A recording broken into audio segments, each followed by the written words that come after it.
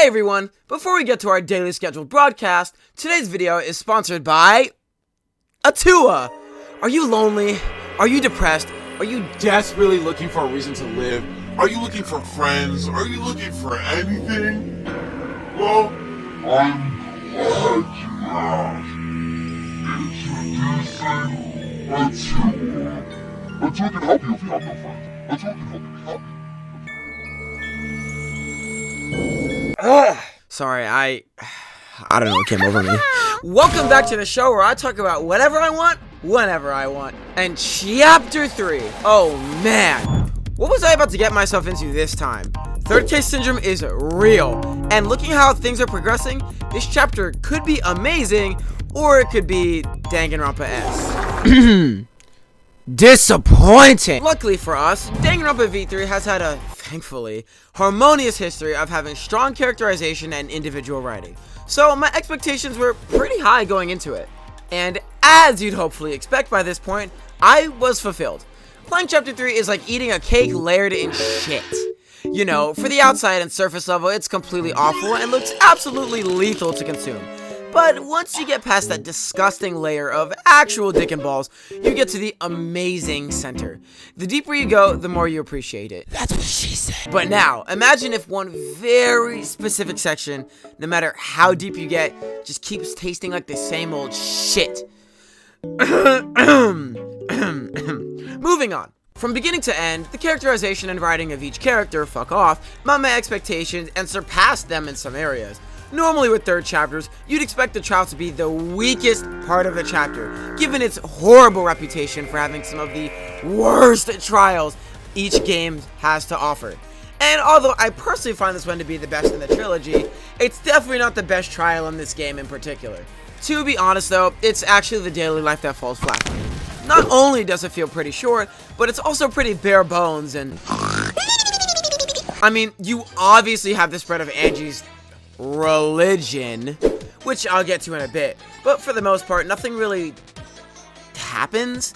I genuinely don't care for the Monokubs and Monokuma's weird strike or whatever, and honestly, I haven't given a single shit about the Monokubs ever since Monosuke died, man. He was the best one. And Angie just spends all her time locked up in her fucking talent room all day. Before we get to the actual chapter review, here's a very quick list of things I thoroughly enjoyed about this chapter that I couldn't express in this video due to interest of time. Kokichi likely hates Maki a lot more than other characters.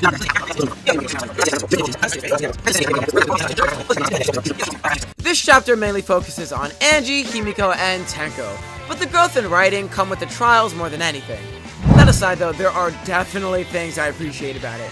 I mean, the idea of the student council honestly wasn't a bad idea. Angie's plan to make the academy a paradise so no one would ever want to leave is honestly a good idea and it would probably work.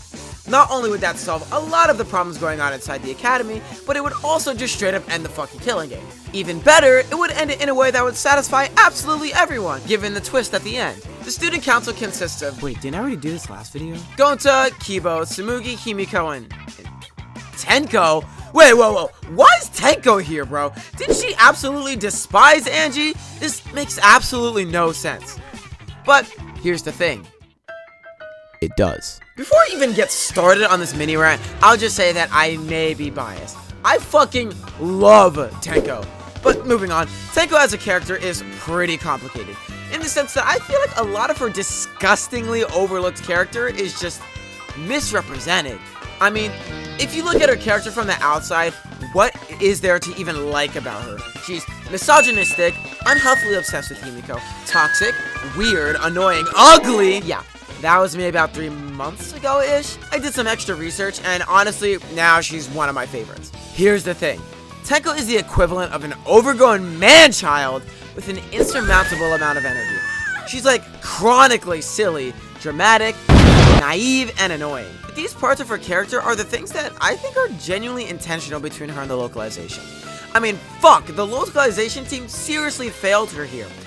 What were you thinking when you translated this? Shout out to the person on Reddit for a lot of the information I got for this segment. You're probably thinking, what segment are you talking about?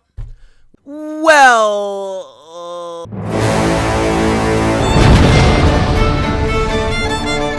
Tenko is disgustingly overhated. And I mean, for example, in the original Japanese game, Tenko speaks in a very polite version of Japanese. She even goes as far as to refer to everyone with an honorific, including boys, further demonstrating her respectfulness. That's already better than how the average person addresses their friends. Imagine calling your friends bro, gang, twin, slam, or whatever, and Tenko's all like, hello sir, how's your day going? Hello, hello. Like, what? Who are you? But that aside, the thing people typically dog on her for the most is her use of the phrase, degenerate male. I won't lie, at first it bothered me a lot too, especially since I'm not particularly a fan of Mahiru by any means. The thing is, the translation is not only a gross oversimplification of what she actually says, but it also misrepresents her already quote-unquote subject to hate character and leads to a lot of unnecessary hate. There's a reason why Tenko is actually pretty damn popular in Japan, but it makes sense because Japan has a serious pedophilia problem. Here's a bit of a lesson on Japanese, and in this case also Chinese, because they're pretty similar. In the original game, she uses the phrase nanzi, which although literally translates to male death, is supposed to be a play on words for the phrase nanzi, which just straight up means boy. According to this Redditor and my own research, this is supposed to be nothing more than a fucking playground insult, which is supposed to further reiterate Tenko's tendency to be very childish and naive. She is genuinely at the mental age of no fucking older than 12. The whole reason she hates men in the first place is because her Aikido master told her that boys are gross and dumb, so he could avoid having to deal with annoying boyfriends and stupid shit like that. Meanwhile, Tenko took this as law and completely forgot her master was literally a man. Regarding her relationship with Himiko though, which is a big aspect of her character that leads to the hate she gets, a large majority of her original infatuation comes from Himiko being a magician, particularly because she reminds Tenko of an idol, the kind of entertainment Tenko enjoys most, which checks out considering her childish nature. This is funny considering that means Tenko would canonically be a huge K-pop stan, which also checks out considering she's definitely the type to be on Twitter yelling at men. Tenko is also the only person to genuinely believe in Himiko's magic, which is another phrase I guess disgustingly overused in this game, and is honestly something you come to expect after hearing about how much of a fucking child she is. Himiko's response is also misinterpreted a lot too, as people think her dismissive or outright disinterested response to Tenko came from a place of malice or hatred, when on the contrary, that is just not the case at all. I can elaborate a lot more during the trial segment of this video, but all in all, Tenko is one of my favorite characters in the entire game, and although not everyone will like her, she definitely was failed by the localization team and some misinterpretation by players. You can interpret these kind of games however you like, but it's important to add every piece of the puzzle before you make a final stance, so you know exactly what you're talking about. Moving on from that probably not gonna be funny aspect of the script, Angie's student council practically takes control over the entire school as if it's some sort of dictatorship. And you're probably gonna tell me right now, oh Trey, it can't be a dictatorship because there's multiple people. Shut the fuck up! Honestly, with how strong Angie's influence was, they were practically a hive mind acting as one wit under Angie. And God, don't even get me started on Angie. She's an entirely different monster than Tenko, which honestly explains why they didn't get along much. The push and pull between Tenko and Angie's influence is so fucking draining that I genuinely don't blame Himiko for being depressed all the time. Angie is already hard to be around alone without losing her goddamn mind. Imagine in her free time events, she tries to sell you organs to the black market. But Tenko is just so fucking annoying sometimes. Ask an introvert whether they'd rather be in a room with one or the other and they'd probably pick death.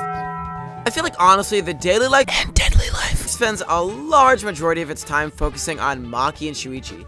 I can understand that it's something that needs focus, but I feel like it took a lot of potential screen time that Korekiyo and Tenko could have gotten to flesh out their characters.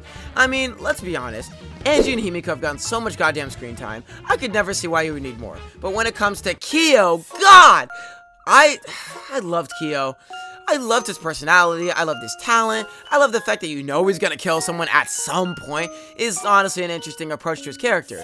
He's self-aware about it too. This guy's a fucking suspicious as hell loser, and he knows he has to clear his name every single time he gets the chance. And he has a nice design too. Despite bro being a literal fucking murderer, this guy wasn't fleshed out much at all beyond his joke of a backstory at the end of the trial. Like bro, this Actually, I don't need to go over this. It's been picked to death by hundreds of other people, and I should not have to tell you why incest is bad. Unless you're Japanese. But okay, I get it. One tiny thing you can take away from this is that I appreciate the tendency for these V3 murders to have so much more grit to them. These guys don't have sad backstories that make us feel bad for why they did what they did. We don't get a sob story. These are actually just cruel people, and I like that.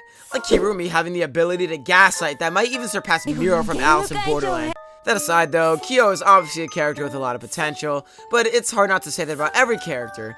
I just think he could have been a lot higher heights than the other characters, considering he isn't tied down to an arc or character growth. He's a great aura to him, and even though the dictionary has a separate definition for creepy specifically for him— oh wait, shit, that's for another day. There we go. He can be weirdly interesting at times, and his talent is really nice. Useless, yes, but interesting. Sadly, there isn't much he is other than interesting. His entire character boils down to, hey guys, I know I look like a creepy serial killer, because I am, but I'm super self-aware about it, and I'd like to plead myself innocent to get along with everyone until I'm very obviously the culprit, and I'd love to get along with all of you until I get the chance to murder all of the women here. I just feel like so much more could be done here that just wasn't. But to be fair, there's only so much you can do in one chapter. What we were given is fine though. A character can still be excellent even if they have no growth. Some characters are fine just the way they are. Plus, V3 likes to play favorites. You can tell from the get-go.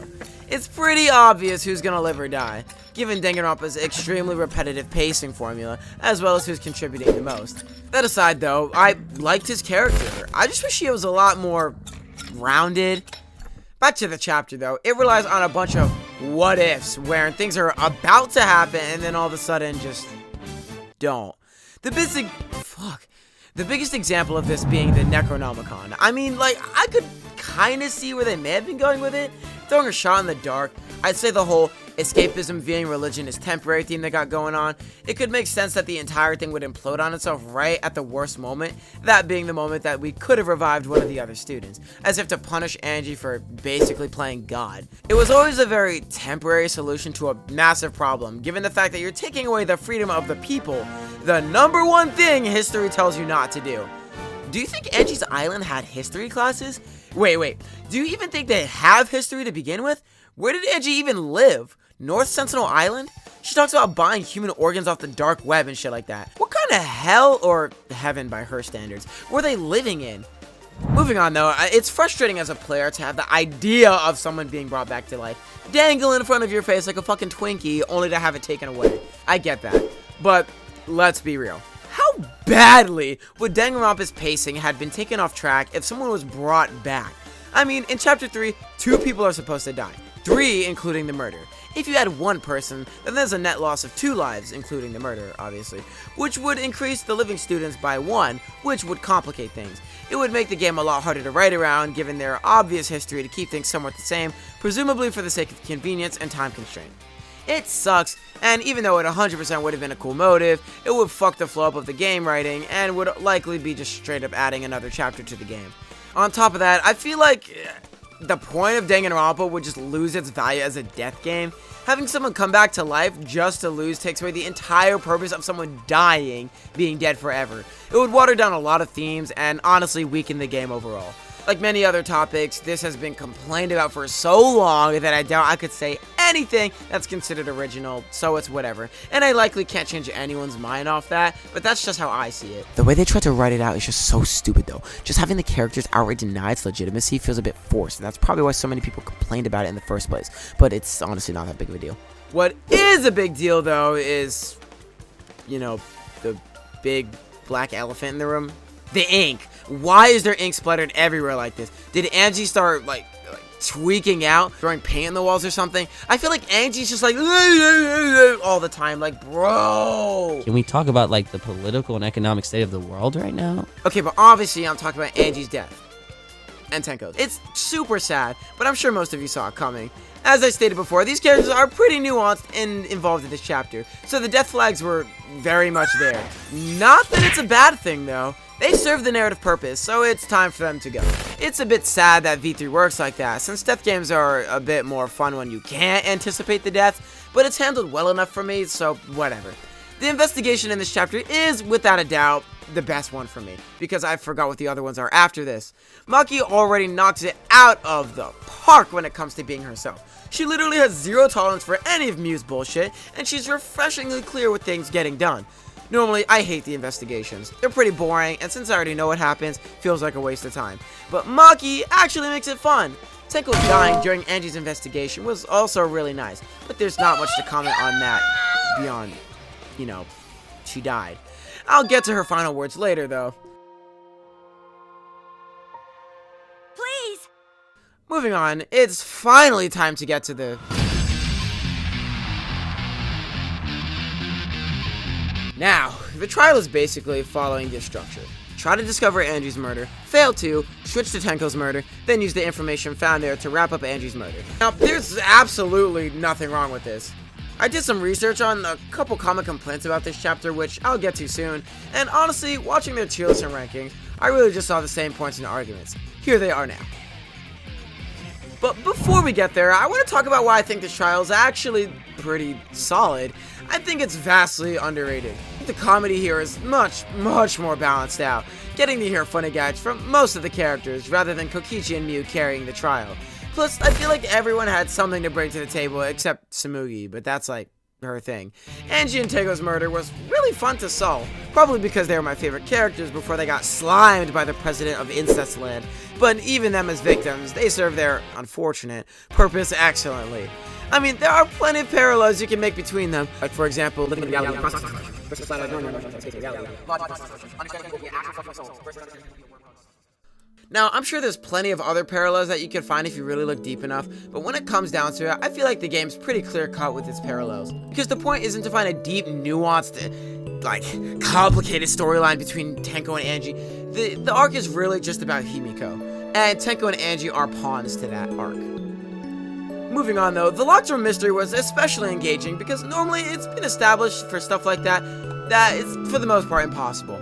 It was really nice figuring out how it was done. Tenko's murder, although I'm not gonna lie was a little less fun, was still exciting, especially because it implies that she may have killed herself. You can really see Himiko trying her absolute hardest to defend her friend. Their bond was so much more than we saw on screen, but even more tragically, more than Tenko will ever see, and had ever seen. This trial is where you get to see Himiko do everything she can to defend her friends. The moment she breaks down completely, giving up on everything, that's real, man. That's a real moment. To me, that has to be one of the best moments in V3 entirely. Sometimes life gets so hard you just want to give up and do nothing. It's about your ability to get up over and over again and fight for life that brings the desire to live. Himiko learns that through the determination of Kaito, but more importantly, Tenko's final words. Please!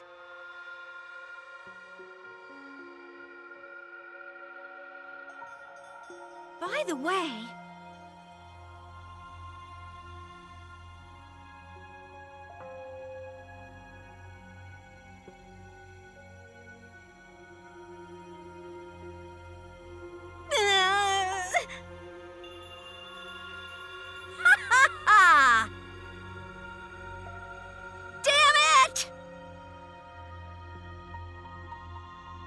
Yes!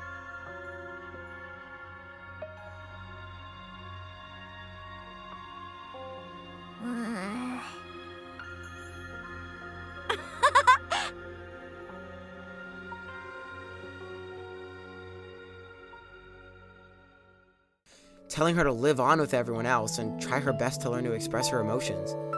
You could tell Himiko really cared about Tenko, but couldn't ever express it. Here in this trial, she finally does.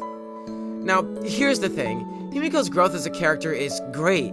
It's realistic and it hits very close to home for most people, literally ever. But here's the thing. Himiko was never a likable character before this, bro. Like, I don't know how you expect anyone to give a single fuck about her, 1, when she's ugly as shit, then 2, when she genuinely had, like, 0 likable qualities about her that made me want to root for her growth. Ryoma was different because he was likable. There were lots of people in the comments on the last video who said he was their favorite character and wish he lived longer. Absolutely nobody would say that about Himiko. Or maybe a couple people. You know, shout out to you, like, one or two Himiko fans out there before she got her growth. But like, why should I give a single fuck? Well, when it comes to stuff like this, it's not about how likable the character is, but rather their substance. You can hate Himiko and think she should have died, but you can't deny what she went through. The writers clearly don't have an easy time writing characters with the intention of being liked or hated, considering the fact that Mew was supposed to be universally hated, only for her to return out to be one of the most popular characters in her game, let alone the entire franchise. I don't want what I'm saying here to make it seem like I'm painting this chapter or Himiko's growth in a bad light, but no matter how well you write an arc, especially because this is my favorite arc in the game, being, in my opinion, the second best written one, you cannot possibly expect to gain the audience's favor if the character you focus on literally has zero likable qualities and isn't even entertaining to hate on. That being said though, here are some common criticisms I saw when researching this video. Let's go through them one at a time, speedrun style, because this video is already getting really long. 1. Angie gets no respect because they spent so long on Tenko's murder. Here's my response. They didn't know how to solve Angie's murder, and out of respect for Himiko's feelings, which she explicitly mentioned in the trial, they decided to delve into Tenko's murder to see if, 1, it may have clues on how Angie died, and 2, to give respect to Tenko. Number 2. It's set up like there's 2 killers, and there's only 1, and there's missed potential to do something actually interesting with having the characters have to live, with a murderer. Now, I feel like this take is just, universally accepted. I don't know a single person who doesn't have this opinion. So, yeah, I'm not gonna lie. I actually agree. It would have been much nicer had they kept Kiyo alive here for reasons I'll get into in a second. Number 3. Lack of emotional attachment due to both victims being commonly disliked. That's more of a personal thing, which is fine, but a lot of people dislike these two for poor mistranslations, so it's a bit unfair. That being said, it's just fine to dislike these two, and it makes sense that they can be a bit annoying. Other than Kokichi, I'd say these two are the most annoying pieces of shit in the cast, but I love them. The culprit was too obvious. Yep, I think the point may have been to evoke a feeling of, quote, Kiyo is definitely the one who killed Tenko, but Angie's who we have to worry about, kind of feeling. I'm not entirely sure. You have to prove Kiyo killed Tenko in order to give Tenko the respect she deserves, and use what we learned to find the truth behind Angie's murder. It's too bad he killed both, because that was fucking stupid. Using the feeling of, oh, he definitely killed someone, we could have capitalized on that by making it even more obvious that he killed Tenko, and then have it be whether or not he killed Angie as the main part of the trial. They spend a lot of time on Tenko's murder, but I just don't see the point. You make Kiyo this character that's so obviously gonna kill someone, and so obviously the culprit to Tenko's murder, that wouldn't it be a lot easier and nicer if you had just made a different culprit for Angie, so that way you could capitalize off the fact that it's obvious he killed Tenko and still have him live? But I don't know. And finally, the culprit should have only killed Angie. Yeah, I see this a lot. This one was, for the most part, addressed in the game. Kiyo is selfish and a literal freaking serial killer. For someone who's killed 97 people before the events of Chapter 3, or the events of Danganronpa entirely, did you seriously expect for him to be able to resist the urge to murder, especially after he went through his seance plan? He felt it'd be a waste not to use it, and he couldn't resist the urge because he was very clearly obsessed with his sister, and he said this part himself, it'd be so sad to let it go to waste. I'm sure he was feeling confident, as at this point he's basically a professional murderer, and I don't see why anyone would commit a murder they weren't confident they'd get away with, even despite Shuichi's detective skills. All in all though, this trial, like any other trial, has its ups and downs. I think it's far overhated, and an insane majority of tier lists I watch ranked at bottom 3 consistently, along with Danganronpa 2's 3rd chapter. It's sad really, especially because this arc takes a lot of the game's runtime, starting as early as chapter 2, going into the beginning of chapter 4. If this video does anything, I hope, at the very least, it clears my girl Tenko from Fraud Watch. Hey guys, just a quick editor's note. I've been working on this video for hours and hours and hours, and I'm starting to lose it. It's nearly 25 minutes long, so I'm just gonna end it here. Please hit a comment, a like, subscribe, do everything you can. I gotta make this worth it. I'm exhausted, and I'll see you guys next time for chapter 4. Bye!